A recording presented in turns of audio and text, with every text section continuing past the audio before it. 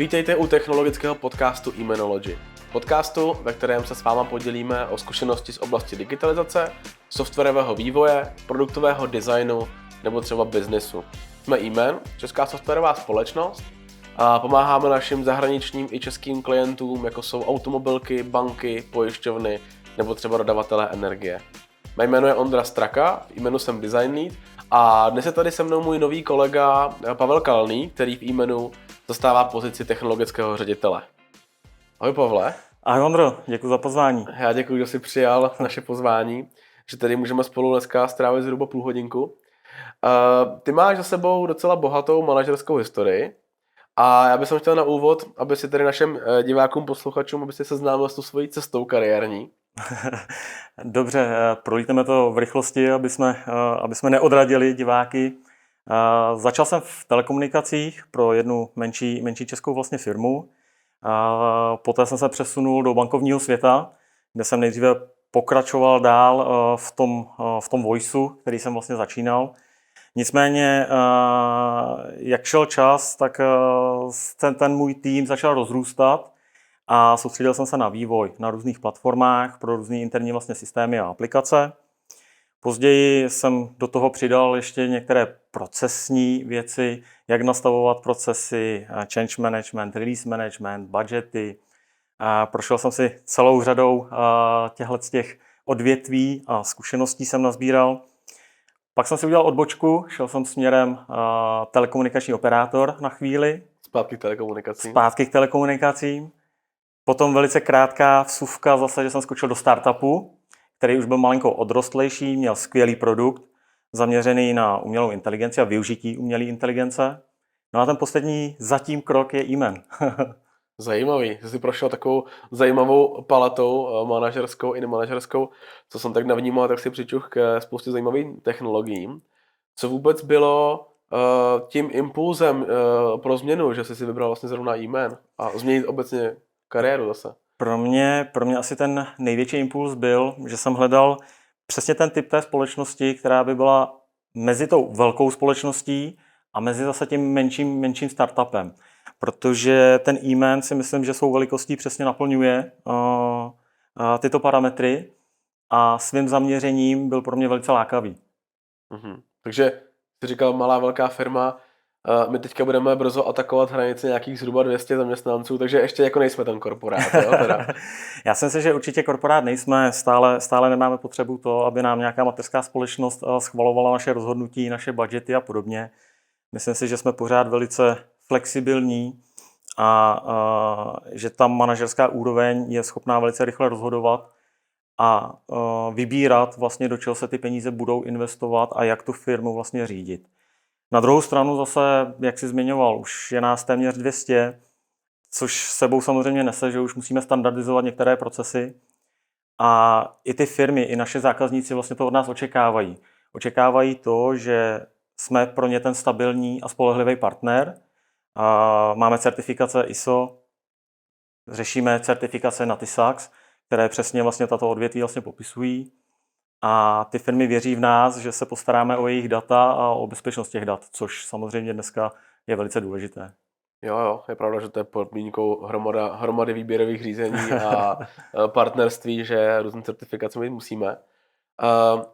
Jak ty vlastně vnímáš svoji pozici teďka v Imenu? Co je to tvoje přidaná hodnota? Jak vnímáš tu svoji roli? Protože CTO může něco jiného znamenat třeba v malém startupu, něco jiného v korporátu a něco jiného třeba v té firmě, jako jsme my. Rozumím. A to je velice dobrá otázka. Přesně jak jsi to zmínil na úvod. Ten rozdíl je opravdu veliký. U mě se ještě skloubily vlastně dvě pozice, nejen CTO, ale vlastně i CIO, takže neřeším jen ten směr k zákazníkovi, v jakých technologiích vlastně budeme pracovat, jaké služby budeme nabízet, jaké procesy pro to nastavit, aby vlastně ty služby opravdu splňovaly ty nejvyšší standardy, které zákazník vlastně od nás očekává. Ale musím se dívat i směrem vlastně do firmy, to znamená, jaké systémy používáme, jak máme nastavené ty procesy i uvnitř vlastně té firmy. A tohle je potřeba vybalancovat. Takže CIO je spíš procesy interně do firmy, CTO je spíš technologie, business, směr k zákazníkovi. Přesně tak. Rozumím. Ty jsi nastoupil do té své role v docela takový jako nepříjemný situaci, nemyslím úplně v e-mailu, ale na trhu, protože teď, když se podíváme, co technologické firmy, co se s nima děje, tak padají tady akcie, zažíváme nějakou drobnou ekonomickou krizi, válka na Ukrajině, uzavřený ropovody, všechny ty situace. Jak se to třeba týká nás? Protože ty technologické firmy jsou třeba teďka vnímaný pár lidma i jako nějaký strašák. Víme, Netflix padá o 70%. Jak je na tom to odvětví naše zákazkového vývoje? Obecně si myslím, že přestože teď se kolem nás opravdu děje všechno to, co si vlastně zmiňoval, plus předtím nás na několik let zasáhl vlastně covid a celá vlastně ta situace s covidem. Nicméně ty věci, to, že se nám zvyšují vlastně ceny energií, že je válka na Ukrajině a díky tomu vlastně centrální banky musely přijmout zase nějaká další svá opatření pro to, aby ta inflace dále nerostla, díky tomu zase spadly ceny akcií. Myslím si, že úplně neovlivňuje vlastně to IT jako celek v tom smyslu, že už za doby vlastně toho covidu jsme viděli, že ty firmy, které chtěly a potřebovali přežít, tak se museli začít přenášet do toho vlastně online světa. Museli začít vlastně digitalizovat, museli začít ty své produkty nabízet online. Řada těch velkých firm už na to byla připravená, nicméně spousta firm s tím teprve vlastně začínala. Včetně třeba státní správy. Když si vzpomeneme, jak často jsme museli chodit na pobočky, na různé přepážky a řešit každý formulář vlastně osobně na místě, tak myslím si, že ta doba covidu, alespoň jedna pozitivní věc, je, že nás opravdu jako posunula do toho online světa a jsme schopni tohle řešit vlastně z domova. Z tohohle důvodu já si myslím, že vlastně ten náš obor, to IT vlastně jako celek, je velice perspektivní, protože sice ty firmy všechny potřebují šetřit, potřebují snižovat operační náklady, na druhou stranu jedna z těch cest, jak toho docílit, je právě digitalizace. A k tomu potřebují vlastně firmy, jako jsme my a mnoho dalších. My jsme vlastně v jednom z předchozích dílů podcastu se bavili právě o tom, jaký na nás měla dopad krize kolem covidu, že vlastně ta digitalizace byla tak nakoplá, že jsme v jednu chvíli absolutně nestíhali a e-mailu se paradoxně dařilo tady v té zlé době, takže chápu, že ten trh byl donucený k digitalizaci, ještě u spousty firem vidím, že tam ještě nejsou, že pořád tam jsou papírové procesy a i ty úřady a pošty pořád to ještě jako vyžaduje nějakou fyzickou aktivitu, že tam musím dojít. Ale my jsme se spolu před natáčením bavili ještě i o tom, že kromě té samotné digitalizace, převést nějakého toho fyzického papíru a těch procesů, že musí nějaký přepážky do digitálu, že tam ta inovace nekončí, jestli chceš být konkurenceschopný v dnešní době. Bavili jsme se o nějaké automatizaci, robotizaci v průmyslu 4.0. Přesně tak, přesně jak zmiňuješ. Ono, pokud se podíváme vlastně na ty trendy, můžeme to vzít z různých pohledů. Jedna část tak je určitě ta digitalizace, automatizace a obecně jako produktivita vlastně té vlastní práce, co vlastně vykonáváme. A když se podíváte dneska, tak zavoláte na call centrum, v drtivé většině už buď se nebavíte vůbec, nebo nás to teprve čeká u té dané firmy, nicméně je tam nasazený voicebot. Jo, takže už se vlastně bavíte s počítačem. Chcete napsat na to call centrum, je tam chatbot. Jo, to znamená, ty práce, tam, kde není vyloženě ta přidaná hodnota, tak se budou nahrazovat stále častěji robotem, po případě nějakým jiným automatem. A myslím si, že to je taky obecný trend, on už zase začalo to už dobou před covidu. Jak jsem zmiňoval, chcete snížit operační náklady, ta největší položka jsou vždycky lidé. To znamená, všechny ty firmy zvažují, které ty pozice jsou pro ně důležité, které jsou pro ně tím hybatelem, to, co je vlastně žene dopředu. A ty rutinní práce, dejme tomu na back officeu, to znamená, že zákazník vyplnil žádost a vy to uvnitř firmy musíte zpracovat, tak dneska zase využíváte nějaké RPA tooly, které vám tyhle jednoduché sekvenční kroky, které tam můžete jednoduše nastavit, co se má stát s tou žádostí, tak vykonává robot. Jo, ten člověk bohužel postupně bude posouvat tu svoji účast v tom procesu na tu rovinu té supervize. Jak to, že když teďka tady řešíme automatizaci a snižování stavů ve firmách, ty lidské pracovní síly, jak to, že přibývají počty úředníků státních a vidím jako takový trochu jako opak toho, co ty říkáš, jak je to možné. Souhlasím, já se přiznám, že jsem nikdy ve státní správě nepracoval. Možná ani nejsem ten správný typ vlastně člověka. Nicméně myslím si, že i ta státní správa se posouvá směrem k té digitalizaci. Já si pamatuju i z předchozího zaměstnání, že jsme tam měli řadu projektů právě směr státní správa a digitalizace přesně podobných činností, o kterých jsme se právě teďka bavili. Takže já věřím, že i v tomto odvětví nastane velký posun. My samozřejmě, jak se pohybujeme v tom zakázkovém vývoji a spolupracujeme s klientama na jejich digitálních produktech, tak my naopak vidíme, že oni nabírají lidi tady v té kreativní činnosti tvořivý, řekněme, ať už designéry, vývojáři, analytiky, staví vlastně IT firmy ve firmách, protože ta digitalizace samozřejmě je potřeba, ale už samozřejmě nevidím do toho, v jakých segmentech ty společnosti právě automatizují a ořezávají náklady.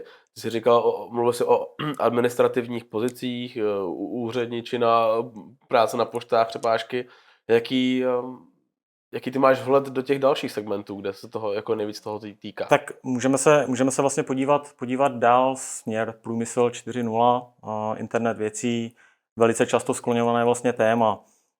To, že jsme se bavili o tom, že ty firmy potřebují být vlastně efektivní, tak samozřejmě počítají s tím, že do toho svého výrobního procesu budou velice často přidávat různé měřící body, čidla, které jim budou neustále dávat vlastně informace o tom výrobním procesu, na základě kterého můžou automatizovat a zpřesňovat vlastně to řízení. Ale ono se to netýká jenom vlastně těch továren. Podívejme se i třeba na supermarket. Vlastně dnes už všichni bereme, že je standard to, že ubývá pokladen a vznikají tam vlastně samoobslužné pokladny. Ale já si nemyslím, že by se tam ten trend zastavil. Ono vlastně je tam potřeba vlastně ten personál, který doplňuje vlastně to zboží. A já si myslím, že i ty supermarkety a ty velké řetězce přemýšlí tímto směrem, že se bude upravovat vlastně rozmístění toho samotného vlastně prostoru v tom supermarketu a postupem času i to doplňování zboží bude zajišťovat nějaký robot a bude to optimalizovat na základě toho, jak se který produkt vlastně kupuje. Podle toho se vlastně bude i objednávat a optimalizovat vlastně ta objednávka a doručování. A věřím, že to půjde tímto směrem a že ty firmy už vlastně na tom pracují. Viděli jsme tady koncepty samoobslužných krámů, myslím, že zrovna od Amazonu a od podobných společností, kde lidi jenom přijdou, vezmou si věci, názvy si do kušíku a odejdou domů a automaticky při odchodu se jim strhnou peníze a zároveň ty si nakousnul i tu distribuci potom dál domů, tady míříš nějakým jako dronům, doručování domů, nebo... Přesně tak, i tohle je vlastně další z těch konceptů, které se už dneska nejen, že se vyvíjí, ale oni už jsou vlastně za fází vlastně prototypů, kdy samozřejmě ty velké doručovatelské firmy pracují na tomhle konceptu vlastně doručování prostřednictvím vlastně dronu. A nejen z důvodu nějaké odlehlosti vlastně těch daných lokalit, ale i díky tomu, jak vlastně aktuálně funguje ta doprava vlastně v těch městech. Když se podíváme vlastně, jak jsou města, jako je Praha a další velké metropole vlastně přeplněné a dostat se z jednoho okraje na druhý okraj Prahy někdy bývá docela velkým oříškem a velice časově náročným úkolem, aby jsme ho vlastně splnili. Ranní kolony po cestě do kanceláří, všichni to známe. Přesně tak. Já jsem si koupil elektrickou koloběžku. Za týden mě přijde, tak třeba se nezabiju a budu v práci dřív. Já se stále snažím využívat městskou hromadnou dopravu raději, protože jsem zjistil, že to je rychlejší, abych se dostal do práce. A bezpečnější než na koloběžce. A bezpečnější. Nicméně dalším takovým dopravním prostředkem, který nás vlastně posouvá z té země, tak jsou stroje v elektrické vertikální stroje, které umí vertikálně vzlétnout a vlastně přistát. Jsou to firmy, které sídlí, vím o 3 v Londýně, v Kalifornii a 1 v Asii. A jsou to vlastně, představme si, takový velký dron, který je pro 2 až 8 pasažérů a v podstatě už se testuje jako taxík. Už to není ve fázi ani toho, že by to byl vlastně prototyp, ale ty firmy už opravdu získávají povolení na to, aby prostě tyhle systémy se začaly využívat. A možná za pár let tady opravdu se podíváme z okna a uvidíme podobné stroje ve vzduchu a bude to i ten náš budoucí způsob dopravy v těchto velkých městech. Logistika je zajímavá sledovat, podle mě to je jedno i z odvětví, na který se teďka e-mail soustředí. A je zajímavý sledovat, jak už se nechodí na žádné pošty, nic, ale všude máme ty doručovací boxy po městě, takže doufejme, že nově nám to přiletí až ke dveřím, že ani do toho boxu nebudeme muset. Já už jsem viděl takovéhle koncepty, že přesně tímhle způsobem se vlastně uvažuje. Plus ono to můžeme zakomponovat celkově vlastně do toho přístupu těch chytrých měst jako takových, kde největší problémy, co se dneska vlastně setkáváme, obecně nárůst energie. To znamená, my bychom potřebovali vlastně umět i dobře a hospodárně pracovat vlastně s tou energií, kterou potřebujeme pro provoz vlastně těch měst. A zase vracíme se k nějakým čidlům. Vracíme se k tomu, že můžeme nastavit čidla na semafory, na to, aby jsme zoptimalizovali vlastně průjezdnost křižovatkou na základě toho, jak dlouhá vlastně ta fronta a v kterém směru. Můžeme se bavit o tom, jak ty čidla vlastně umístit, dejme tomu, i na odpadkové koše, na to, aby tam vlastně nemuseli jsme jezdit v nějakých pravidelných intervalech je vysypávat, ale tehdy, když je to opravdu vlastně potřeba. Můžeme se bavit, jak zvýšit vlastně bezpečnost ve městě. Zase už existují firmy, které instalují čidla ve městech a ty rozpoznávají výstřel, rozpoznávají třištění skla, rozpoznávají křik a v tu chvíli zase vysílají signál na příjezd hlídky. Samozřejmě my žijeme v Praze, takže pro nás je to lepší. Tady se moc nestřílí. Tady se tolik nestřílí. Nicméně ty velké metropole a zvlášť tam, kde ta kriminalita je opravdu vysoká, tak tohle je velice pro mě zajímavý koncept. A už se testuje se například i v Plzni. Okay. Možná ještě mi napadá jeden zajímavý příklad, a to jsou chytré farmy. Jo. Můj oblíbený film Slunce, seno a slavná pláničková metoda. Sluchátka krávám s Mozartem nebo s nějakou hudbou vážnou.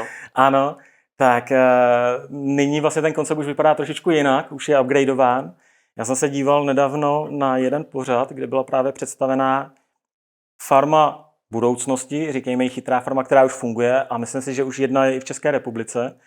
A tam vlastně celá ta farma, která chovala vlastně krávy, chovala dobytek, tak na celé farmě byli 3-4 lidé, z toho jeden byl ajťák a vlastně celá ta firma obsahovala velkou spoustu opět čidla, roboty, kteří uklízeli vlastně tu plochu, kteří krmili vlastně ta zvířata. Zároveň tam zase jezdil robot, když si ho představíte jako robotickou sekačku. A aby se neplýtvalo zase žrádlem, tak on zase přihrnoval zpátky těm zvířatům to žrádlo, které oni vyhrabali a vyházeli vlastně ven, aby se neplýtvalo. Když odsávali vlastně mléko, tak tam byly zase čidla, které zkoumaly, jestli ta kráva nepotřebuje nějaký vitamín, doplněk stravy a podobně. Pokud ano, automaticky v dalším cyklu ho přidávali do vody, tak aby vlastně to zvíře dostalo to, co potřebovalo. Já si myslím, že to je trend, který je celkem jasný. A pro nás, protože chceme být u toho, chceme se toho účastnit, to je i vlastně důvod, proč máme strategická partnerství s firmami jako je Hardwario. Které se v minulém díle vlastně Alana Fabrika, šéfa Hardwario. Výborně. A přesně tímto směrem se chceme ubírat. Proto jsou prostě pro nás důležité takováhle partnerství. Některé ty věci, o kterých jsi mluvil, mně přijdou jako, že už jsou za rohem, a některým přijdou jako vzdálenější budoucnost. Tak možná dokázal bys nějak shrnout, co můžeme očekávat každým dnem, co je za rohem už a co je opravdu jako 5, 10, 15 let v budoucnosti? Upřímně, já si myslím, že vše, co jsme zmínili, už je za rohem. A je to otázka opravdu krátké doby k tomu, aby se to opravdu dostalo do provozu. Neříkám, že samozřejmě nám tady budou do roka v Praze lítat drony, aby nám něco doručili. nebo aby jsme prostřednictvím jich cestovali. Nicméně myslím si, že tyhle ty koncepty začnou fungovat v jiných metropolích, tam, kde se to vlastně testuje a k nám to postupně přejde. Ale myslím si, že to je už na pořadu dne. Já vím, že my na několik tady těch odvětví, včetně třeba to IoT, který je pro nás extrémně zajímavý, samozřejmě navazujeme nějaké strategické partnerství. Máme nějaký i vlastní R&D aktivity, aby nám neujel vlak. Máme to i v motu, že jo, Innovation for a Smart Future, že musíme technologicky inovovat. Nevím samozřejmě o všem, co se tady ve firmě šustne. Můžeš třeba zmínit nějaké naší R&D aktivity, kde se snažíme té budoucnosti trošku jako naproti? Samozřejmě, my bychom opravdu byli rádi, aby nám neujel ten vlak. Chceme být u toho. Chceme být u toho, když se přesně tyhle inovativní nápady řeší, když vznikají. Spustili jsme řadu R&D aktivit. R&D aktivity, které se zabývají využitím různých nástrojů, které pomáhají nebo jsou navázané ve spolupráci s umělou inteligencí, jako je JPTJ. Je to nástroj, který můžeme využívat při psaní vlastně kódu, kde na základě kódu, který už jsme napsali, a dejme tomu, chybí nám tam nějaká část kódu, tak ten systém je schopen rozpoznat, která ta část kódu tam vlastně chybí a je schopen ho vlastně dopsat za nás, za toho vývojáře. To znamená, dejme tomu nějakému seniornímu vývojáři by odpadla taková ta rutinní činnost, kterou vlastně musí dělat. Naopak výhoda u juniornějšího vývojáře může být to, že to je jako nějaký našeptávač, když si vlastně představíme toho kódu, jak vlastně pokračovat dál. Jsou to nástroje, které dokáží vlastně nám vygenerovat článek. Dejme tomu, my si zadáme pouze pár bodů, které bychom chtěli, aby se v tom článku vlastně objevilo, a ten nástroj je schopen vygenerovat článek na opravdu velice dobré úrovni. Dokáže vygenerovat obrázek. Zase nadefinuje pouze, co by se na obrázku vlastně mělo objevit a obrázek je hotový. To je jako já, designer, samozřejmě to úplně vystřelilo mozek z hlavy, když jsem to viděl. Když jsem viděl tady DALL-E 2 od OpenAI, co je schopný generovat za obrázky. Ano. A vlastně tím, jak máme v jménu i vyvíjíme to vlastně tu kryptohru Alteration, kde jsme tady taky v předchozím dílu Tomáše Pšeničku, který o tom mluvil, tak jsem k tomu trošku víc přičuchnul. A když jsem viděl, co ta umělá inteligence dneska dokáže, to je prostě úplně neuvěřitelný. A kdyby mi to někdo řekl, jak jsem se tě ptal, jestli to je za rohem už ta budoucnost, nebo to je vzdálená budoucnost, tak tohle bych věřil, že to bude třeba za 10 let. A šeretně bych se plet, 2 roky utekly a... Jak říkáš, ono se to už děje. Já když jsem viděl hru od Alteration a viděl jsem vlastně ten přístup, že s těmi postavami ty jako hráč můžeš navazovat vlastně to přátelství nebo nenávist, ale na úrovni opravdu emocí. To, že můžete být největší přátelé a stejně tak se budete nenávidět s tou postavou, to si myslím, že je obrovský posun. A to je, proč jsem zmiňoval, že všechno tohle, co jsme zmiňovali, se vlastně děje. Myslím, že Stephen Hawking to říkal, že se máme bát té naší budoucnosti technologický, nebo... Přesně tak, já jsem četl podobný článek. On tam zmiňoval řadu rizik pro lidstvo jako takové. Od srážky s vesmírným tělesem, od toho, že převezme vládu nad naší zemí mimozemská civilizace, protože on opravdu věřil v mimozemskou civilizaci, a až po to, že budeme mít problém s tou technologií jako takovou, protože ji dostaneme na úroveň, kde ta technologie začne ovládat nás a nikoliv my technologii. Mm-hmm. A ono, když se nad tím tak jako zamyslíme, nad těmi koncepty, co jsme tady vlastně zmiňovali, tak možná od toho nejsme tak úplně daleko. Pak se ještě můžeme bát, jestli žijeme v simulaci, jak by řekl Elon Musk. A tak Elon Musk se zrovna taky bojí hodně, že jo, umělý inteligence, ten lobuje za to, aby byly regulace, aby se víc dohlíželo na vývoj umělé inteligence. Tak doufám, že oni neví něco, co my nevíme. To by bylo případně se to dozvíme asi v následujících měsících až letech. Já bych možná ještě zmínil jednu aktivitu, kterou jsme vlastně rozjeli, ve které vidím velkou budoucnost. A nejen já, myslím si, že spousta vlastně technologických firm chce dát této technologii šanci, a to je low-code, no-code platformy. My vlastně všechny firmy bojujeme s tím, že máme nedostatek programátorů, nedostatek prostě obecně lidí v IT.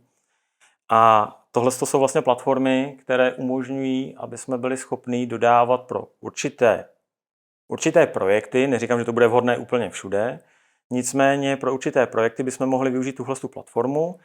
Ta spočívá v tom, že už vlastně máte předdefinované určité bloky, se kterými můžete pracovat. Nemusíte psát čistě ten kód od začátku vlastně do konce, ale v podstatě skládáte bloky a nastavujete pravidla vlastně pro přechod z jednoho stavu do druhého, za jakých podmínek se to vlastně nastane.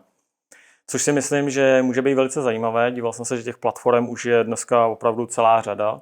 I velké firmy s nimi sami vlastně přichází. A to je jedna část, kterou bych chtěl určitě vyzkoušet, aby jsme zjistili vlastně ten potenciál, případně to využití pro naše zákazníky i pro nás.